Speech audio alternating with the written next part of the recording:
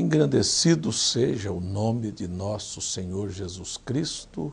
Com estas palavras, cumprimentamos a todos os nossos telespectadores, desejando a todos um excelente dia, desejando que você possa viver hoje na presença de Deus e colocar a sua vida a serviço do Senhor.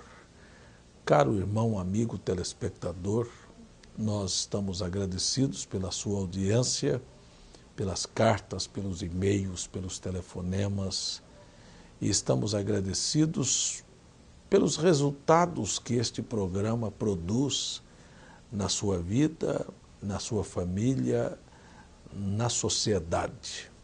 Nós estamos estudando a Bíblia como ela é. Não importa se isto venha ou não desagradar a alguém. Nós entendemos que um verdadeiro ministro, ele não foi levantado para agradar as pessoas, mas para ajudar as pessoas a encontrarem o caminho de volta à eternidade. Tudo nesta vida é ilusório, é passageiro, não tem onde você fixar e ter raízes. Esperamos que em Cristo você encontre a resposta para os anseios, para as perguntas que são comuns na alma do ser humano. De onde vim, o que estou fazendo aqui e para onde irei quando os meus dias se findarem nesta terra. Eu espero que Deus te ajude a encontrar esta resposta, porque esta resposta é simples e, no entanto, satisfatória. Está em Cristo a resposta para todas estas perguntas. Viemos de Deus, estamos aqui por uma causa, não somos produtos do acaso e nada acontece na nossa vida por casualidade. Como, por exemplo, não é por acaso, não é a casualidade que você está me assistindo nesta hora. Porque Deus te colocou frente a frente comigo agora, para que eu pudesse falar a você sobre sua vida e suas necessidades, que não são apenas estas temporais, estas passageiras, como o que comer, o que vestir e onde morar. Nós precisamos pensar o que estamos fazendo aqui. Não pedi para vir, você também não pedirá para sair. A hora chegará em que você será chamado a prestar conta daquilo que você realizou aqui nesta vida. O que você tem para apresentar a Deus, que justificará, que equilibrará o peso e a medida na balança eterna quando Deus te chamar na tua hora final? Esta é uma pergunta que fica, e eu tenho certeza que a resposta virá da sua própria alma, da sua própria consciência. E enviarei um anjo diante de ti, e lançarei fora os cananeus, os amorreus, os heteus, os perizeus e os heveus e os jebuseus. Amigo telespectador, estamos estudando o livro de Êxodo e eu li o capítulo 33, versículo 2, em mais esta programação de fé. Gostaria de lembrar a você que quando nós queremos saber o dia, nós olhamos na folhinha, no calendário, o dia da semana, o dia do mês. Quando nós queremos saber as horas, nós olhamos o nosso relógio. Mas e o tempo em que nós vivemos? Como é que nós conseguimos saber a que hora, em que momento estamos no relógio de Deus? Quantos são os anos que restam pela frente para esta civilização desumana, ingrata, esta civilização desorganizada. Quantos são os anos que restam? Eu estou aqui querendo dizer aos senhores que Deus nos deixou alguma coisa para que pudéssemos olhar o relógio do tempo, o relógio profético, o sinal em que todas as profecias deveriam estar alinhadas e cumpridas para que se desenrolasse o último momento. A última coisa, a aparição do Senhor, e então a terra estaria desencadeada, preparada para enfrentar o seu momento mais trágico. Estou me referindo a dias em que nunca foram vividos aqui na terra, de tamanha miséria, dores, e que nem a morte vai querer efetuar o seu trabalho, que é te tirar desta vida para que você descanse. Você já parou para analisar? Se nós ficássemos velhos, doentes, e a morte não tirasse da terra e fizesse esta asepsia, tirando os doentes, então este mundo hospital de pestilentos, como seria? Mas você já parou para pensar que a Bíblia diz que haverá um dia na terra, ou dias aqui na terra, em que a morte fugirá das pessoas, elas pedirão a morte, elas tentarão suicídio, e nada disto funcionará? Você já parou para pensar que a hora que estamos nos avizinhando é de uma dor terrível? Qual é o sinal, pastor, que nós temos que isto haverá de acontecer? E eu posso dizer a você que pode acontecer nos meus dias e em teus dias. Eu não sou um homem jovem mais. Eu sou um homem que caminho para a idade da velhice. E eu sei que eu estou vivendo e tenho todas as probabilidades de estar na terra quando o arrebatamento acontecer, e então quando a terra será entregue para um período chamado de grande tribulação. Bem, em primeiro lugar, a prova evidente que nós estamos bem perto do arrebatamento é que o profeta Elias já visitou a terra. Leia, por favor, qualquer estudante bíblico, Malaquias capítulo 4. Haverá um dia que virá ardendo como forno. Todos os soberbos e todos os que praticam a iniquidade serão como palhas. Não ficará nem raiz e nem ramo. Nascerá o sol da justiça trazendo salvação debaixo de suas asas. E aí então, depois de complementar a visão, Malaquias disse: eis que eu vos envio o profeta Elias, antes que venha o dia grande e terrível do Senhor. Grande para aqueles que se prepararam, grande para aqueles que amam a promessa deste dia, terrível para o pecador impenitente, para o ímpio. Ímpio não é simplesmente aquele que está fumando ou bebendo, mas é aquele que conhece a Bíblia, as profecias, e passam por cima delas, desrespeitam e vivem contrário ao que está estabelecido na palavra de Deus. Então Isaías, quer dizer Malaquias, disse: Elias viria, eis que eu vos envio o profeta Elias antes do dia grande e terrível do Senhor, e ele tem uma missão: converter o coração dos pais aos filhos e os filhos de volta à fé dos pais, para que eu não venha e fira a terra com maldição. Quer dizer, antes deste mundo virar uma grande bola incandescente e os ímpios se fizerem cinzas debaixo da planta dos nossos pés, então teremos a visita de um profeta. E eu quero afirmar aos senhores, sem medo de errar, Elias já veio. Deus enviou um profeta nesta geração.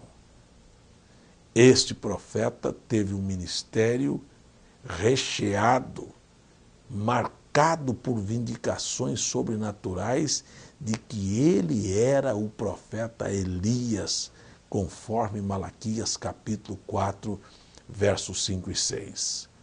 Ele veio nos dias em que os Estados Unidos, aquela besta de Apocalipse capítulo 13, aquela que sai da terra, nos dias em que aquele país que foi e teve as suas origens com a Bíblia na mão,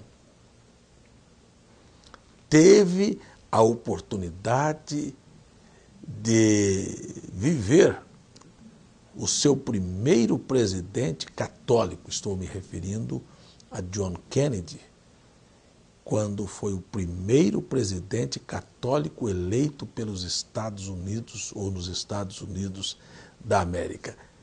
Para cumprimento, porque ele era o apóstata figurado no Velho Testamento chamado Acabe. Sua mulher Jezabel, a mulher de Acabe que morreu comida por cães, você verá que mesmo na hora da sua morte ainda se pinta, e este é o quadro que nós vimos acontecer com aquela mulher, exatamente como aconteceu com Jezabel. Ela arrastou as mulheres para o movimento feminista, que muitos podem até ovacionar e dizer que foi uma bênção que trouxe a liberação da mulher e a tirou da escravatura. Eu não estou favorável, porque não creio que um verdadeiro homem queira fazer sua esposa um capacho, uma escrava. Isto seria uma coisa absurda e vergonhosa. Um homem que bate numa mulher é porque ele não tem coragem de enfrentar outro homem. Eu quero citar a você que quando Kennedy, o casal, estava em eminência, Deus tinha um profeta na terra que estava profetizando a respeito de todos os acontecimentos mundiais. Por exemplo, a Segunda Guerra Mundial estava profetizada. O aparecimento de Hitler estava profetizado. O que aconteceu com Mussolini estava profetizado. Os avanços que viriam depois da Segunda Guerra estavam profetizados. E, inclusive, a perversão da mulher que veio com o direito do voto também estava profetizado. William Branham havia falado sobre todas estas coisas. E o que nós assistimos agora nos telejornais, esta grande quebradeira no sistema financeiro mundial, também estava profetizado. Elias já veio, meu amigo. Estes são os sinais característicos, mas quando este homem chamado William Branham foi comissionado a vir trazer uma mensagem antes do arrebatamento, portanto, precursando a segunda vinda de Cristo e antecedendo esta grande catástrofe que é a grande tribulação, naquela mesma noite, 7 de maio de 1946, o anjo do Senhor visitou este homem numa caverna e o comissionou a trazer esta mensagem que você está assistindo nesta hora. Sabe qual era o objetivo? 2. 1. Preparar a noiva para o arrebatamento. 2. dizer que naquela noite Israel se restabelecia como nação diante de Deus. Qual é o sinal? Jesus disse: quando você ver a figueira brotar, quando você ver Israel voltar à Palestina. Lembra-te, eles foram para a Babilônia 500 e tantos anos antes da vinda de Cristo. Desde então começou-se um processo de tempos de angústias e de trabalhos, conforme Daniel capítulo 9, a partir do verso 2 a seguir. Cristo veio, aconteceu a grande massacre no ano 70. Os judeus foram dispersos novamente pela terra. Mas olha, Jesus disse: quando você ver a figueira brotar e os seus ramos produzir folhas e frutos, então saiba que a tua redenção está próxima. E, para confirmar esta profecia, o anjo do Senhor disse: Israel se reconstitui hoje. 2 anos depois, Oswaldo Aranha declarou Israel como uma nação. Lá de volta na Palestina, acontecimentos mundiais tomaram lugar na terra, o surgimento do fascismo, do nazismo e o crescimento do comunismo. Tudo estava mostrado em visão. E os 2 primeiros seriam absorvidos pelo terceiro. Mas, ainda assim, quase 200 mil judeus estavam presos na Rússia, nos países da União Soviética, desejando voltar, mas impedidos pelo regime comunista. Deus fez cair o comunismo na Polônia, na Romênia, na Alemanha, até chegar à União Soviética, para trazer os judeus de volta para a sua terra. É a hora final. É a hora em que as profecias estão todas cumpridas. Deus mostrou todas estas coisas ao profeta Elias, Malaquias capítulo 4, versos 5 e 6. Mostrou que a igreja gentia chegaria a um estado tão deplorável que ele pôde vê-la não como uma noiva formosa, mas ele viu uma bruxa se rebolando ao ritmo do rock, motivada pelos instrumentos, não é? Aí que dá este ritmo frenético e que mexe com a carne das pessoas. E ele chorou e disse: Deus, 33 anos atrás da plataforma pregando, é isto que nós conseguimos? Um monstro desse, isto nunca foi evangelho, isto nunca foi povo de Deus. Você fica envergonhado de ver o comércio, você fica envergonhado de ver o nudismo, você fica envergonhado de ver o arranjado dos ministros para segurar as portas da igreja aberta. E eu vim agora de viagem e um bom senhor, eu não quero culpar, me deu um DVD dizendo: olha aqui, gravei lá na minha igreja, foi uma coisa espetacular, uma bênção. Quando você vai assistir, o povo dança forró dentro de uma igreja pentecostal. Onde estão os velhos pentecostais? O que estão vocês fazendo dentro dessas igrejas com baterias e com músicas e com jogo de luzes e com jovens e com estes ritmos que vieram do inferno?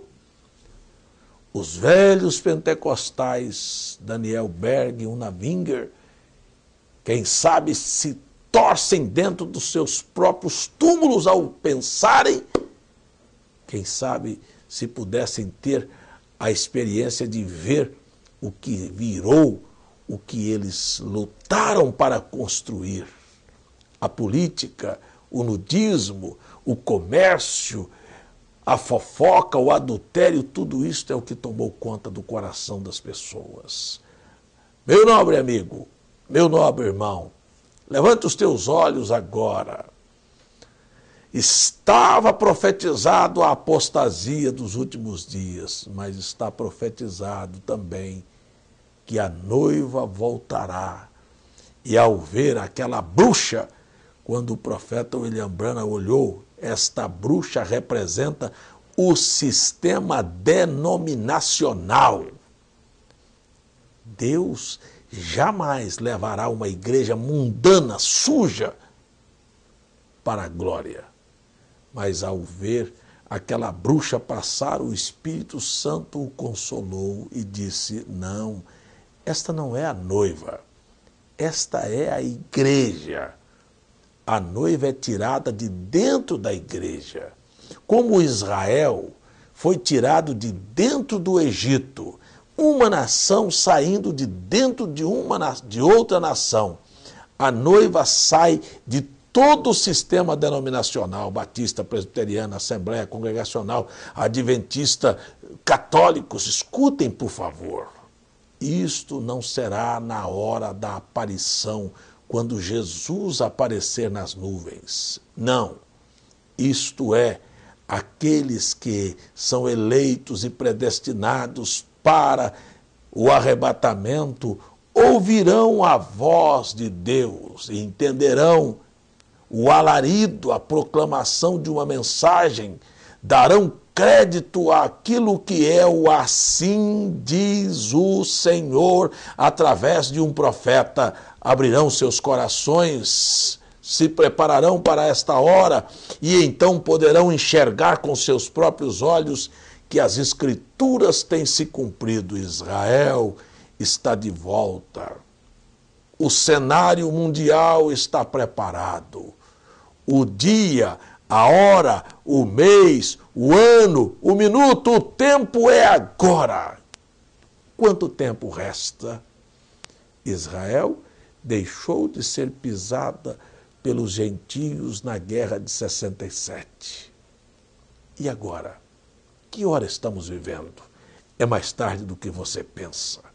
É hora de se levantar, é hora de se preparar, é hora de pegar a vassoura, tirar as telhas de aranhas e os lixos da sua vida, da sua casa. É hora de clamar por misericórdia. É hora de sair desse sistema denominacional, como Israel saiu do Egito através da voz e da mensagem de um profeta. É hora de você também, que é filho de Deus, sair desse sistema denominacional através da mensagem profética desta hora. E é hora de estarmos prontos, porque em breve ouviremos a voz de arcanjo e a trombeta de Deus, e os que morreram em Cristo ressuscitarem, e nós, os que estivermos vivos, sermos transformados, e então subirmos a encontrar o Senhor nos ares, e assim estaremos sempre com o Senhor, enquanto Deus se voltará para esta terra, para cumprir Malaquias 4, para banir da terra o ímpio e para preparar a terra para o grande milênio que nós estamos por vivenciar, a lua de mel de Cristo e sua igreja. Você quer estar aqui e ser estopa deste fogo atômico que acontecerá? Ou você quer estar com Cristo no céu, nas bodas do Cordeiro? O tempo é este e a mensagem é esta. Sai dela, povo meu. Não é hora de se filiar a uma denominação, é hora de sair das denominações. Meu tempo acabou. Quero convidar você para uma oração. Pai, eu oro e eu entrego este povo em tuas mãos e ofereço a ti esta meditação. Que através destas palavras os corações que foram sensibilizados possam se render, se aceitarem, se prepararem, mudarem de conduta. Eu peço que o Senhor ajude e aceite aquele que clama por misericórdia nesta hora. No nome de Jesus Cristo. Amém e amém, Senhor.